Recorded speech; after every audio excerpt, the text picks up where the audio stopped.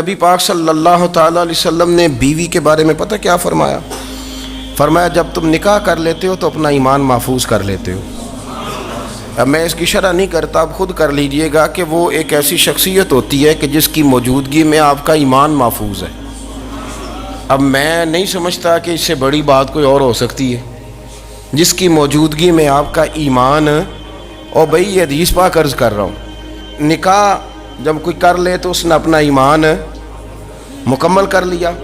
اس کا معنی یہ ہوا کہ آپ کا ایمان محفوظ ہے اس کی موجودگی میں، تو اس سے زیادہ بھی، یعنی ایمان سب سے قیمتی چیز ہے نا، تو اس کے محفوظ ہونے کی وجہ حضور نے نکاح بیان کر دی۔ اب میرا خیال ہے بی بی اگر کوئی اس سے بڑا حقوق مانگے گی تو بیوقوفی کرے گی۔ اتنا بڑا درجہ نبی کریم نے اسے عطا کر دیا، اتنا بڑا مقام دے دیا کہ تو خامند کے ایمان کے محفوظ ہونے کا ذریعہ بن گئی ہے۔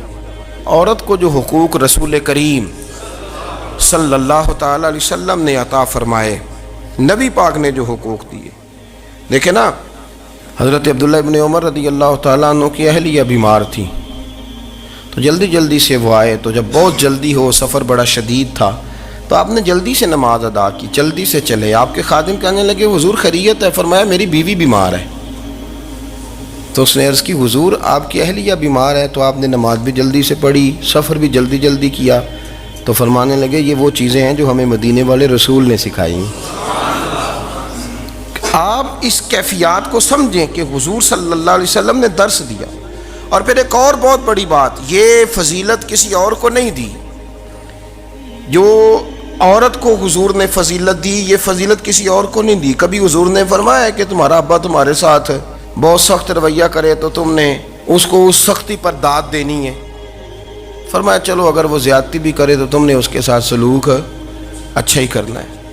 لیکن آپ ایک بات کو سمجھے نا کہ بچے کے بارے میں، بیٹے کے بارے میں، بیٹی کے بارے میں فرمایا 10 سال کے ہو کے نماز نہ پڑھے تو سختی کرو، تمہارا ڈنڈا بھی لٹکنا چاہیے۔ بہت ساری جگہوں پہ بہت سارے لوگوں کے لیے سختی کا حکم دیا، لیکن عورت کے لیے حضور نے جو جملے کہے، اصل میں ہم سمجھتے ہیں کہ یہ ایک بات ہے، مشہور ہو گئی ہے روایت حدیث، تو بس اس کے پس منظر پر اور جملوں کے حسن پر شاید معاذ اللہ غور کرنے کی ضرورت نہیں، ذرا اس لفظ کی تاثیر پر غور کریں۔ حضور نے فرمایا عورت ٹیڑھی پسلی سے پیدا کی گئی ہے، یہ ٹیڑھی ہے، کو سیدھا کرنے کی کوشش کرو گے تو ٹوٹ جائے گی۔ تو حضور پھر ہمارے لیے حکم کیا ہے؟ فرمایا جیسی ہے تم اسی کے ساتھ نبھا کرو۔ آپ سمجھیں کہ اتنا محفوظ حضور نے درجہ دے دیا بی بی کو، اتنا محفوظ کہ فرمایا غلطی بھی ہو تو میرے غلاموں تم اس کے ساتھ نبھا کرو، گزارا کر لو۔ کو کیا اور حق چاہیے عورت کو، جس کو اس کی غلطیوں سمیت نبی پاک نے قبول کرنے کا حکم دے دی کہ اس کی کمزوریوں سمیت قبول کر لو۔ اب اس کو اور کیا کوئی کمزوریوں سمیت قبول کرتا ہے؟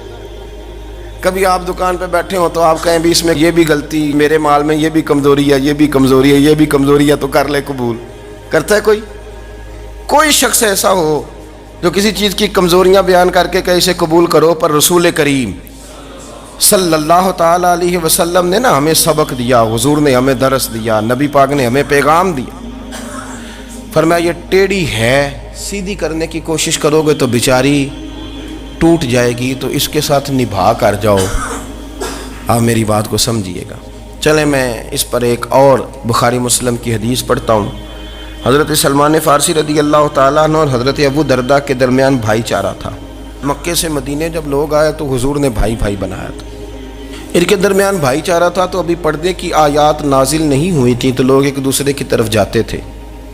حضرت سلمان فارسی رضی اللہ تعالیٰ عنہ حضرت ابو درداء رضی اللہ تعالیٰ عنہ کے گھر میں تشریف لے گئے تو دیکھا کہ ان کی بیوی بڑی غمگین بیٹھی ہیں۔ تو ہم نے فرمایا بہن کیا ہوا؟ تو کہنے لگی تمہارے بھائی کو دلچسپی کوئی نہیں رہی، ہر روز روزہ رکھ لیتا ہے اور ساری رات نفل پڑھتا ہے۔ حضرت سلمان فارسی کہنے لگے ٹھیک ہے کر لیتے ہیں بندوبست۔ نماز دین ہے کہ نہیں؟ دین ہے نا یہ چیزیں۔ لیکن حضرت سلمان فارسی جناب ابو درداء سے کہنے لگے آج میں نے تیرے گھر میں رہنا رات کو، کیونکہ وہ تو ساری رات نماز پڑھتے تھے، نفل پڑھتے تھے۔ انہوں نے کہا ٹھیک ہے، ایک بستر لا کے بچھا دیا حضرت سلمان فارسی کے لیے۔ سلمان فارسی فرمانے لگے دوسرا بھی لا۔ کہا وہ کیا کرنا ہے؟ فرمانے لگے تو نے بھی سونا ہے، میں نے بھی سونا ہے، تو نے بھی سونا ہے، عشاء پڑھیں گے اور پھر دونوں سوئیں گے؟ کہا میں نے تو نماز پڑھنی ہے۔ فرمایا تہجد کے وقت اٹھ کے پڑھیں گے، اللہ کے رسول بھی رات آخری حصے میں جا کے نماز پڑھتے ہیں۔ ادھر ساتھ سلا لیا، وہ تھوڑی کو دیر سوئے، اب عادت تھی ساری رات اٹھنے کی، ذرا اٹھنے لگے بستر سے تو حضرت سلمان فارسی فرمایا چپ کر کے سو جا، وہ بڑی رات پڑی ہوئی، چپ کر کے سو جا۔ وہ لیٹ گئے، پھر اٹھنے لگے تو فرمایا سو جا چپ کر کے، بڑا ٹائم ہے۔ سحری کے وقت اٹھے، نفل پڑھے، ان کا ارادہ تھا روزہ رکھنے کا، تو فرمانے لگے کل رکھا تھا نا نفلی روزہ، جی رکھا تھا، پرسوں بھی رکھا تھا، ترسوں بھی رکھا تھا، فرمایا آج نہیں رکھنا، آج میں تیرا مہمان ہوں، سارا دن کٹھے مل کے روٹیاں کھائیں گے، آج نہیں روزہ رکھنا، سلا دیا۔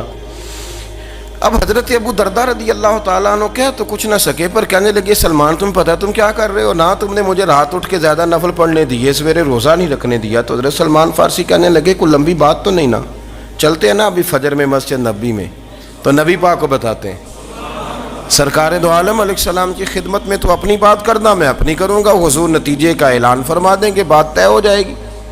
حاضر خدمت ہوئے، عرض کی یا رسول اللہ صلی اللہ تعالیٰ علیہ وسلم یہ ساری رات نفل پڑھتے ہیں، ہر روز روزہ رکھتے ہیں، ان کی اہلیہ غمگین بیٹھی ہیں، حکم فرمائیں۔ تو نبی پاک صلی اللہ علیہ وسلم نے فرمایا پھر ہوا کیا؟ یا رسول اللہ میں نے رات سلایا ہے، سحری میں اٹھایا ہے، سویرے روزہ نہیں رکھنے دیا۔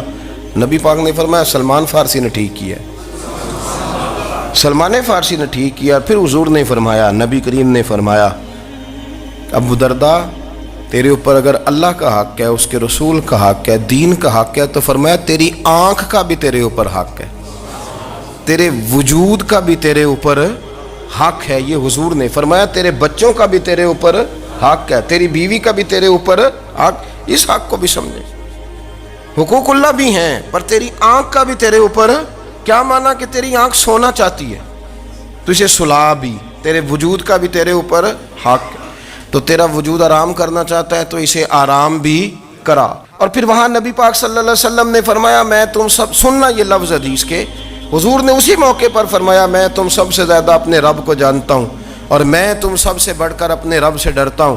حضور فرمانے لگے میں روزہ بھی رکھتا ہوں، افطار بھی کرتا ہوں، یعنی کبھی رکھتا ہوں اور کبھی نہیں رکھتا۔ فرمایا میں نفل بھی پڑھتا ہوں اور اپنی بیویوں کو وقت بھی دیتا ہوں، سرکار مسجد میں بھی آتے تھے، نواسوں کے ساتھ کھیلا بھی کرتے تھے، ان کے ساتھ پیار بھی کرتے تھے۔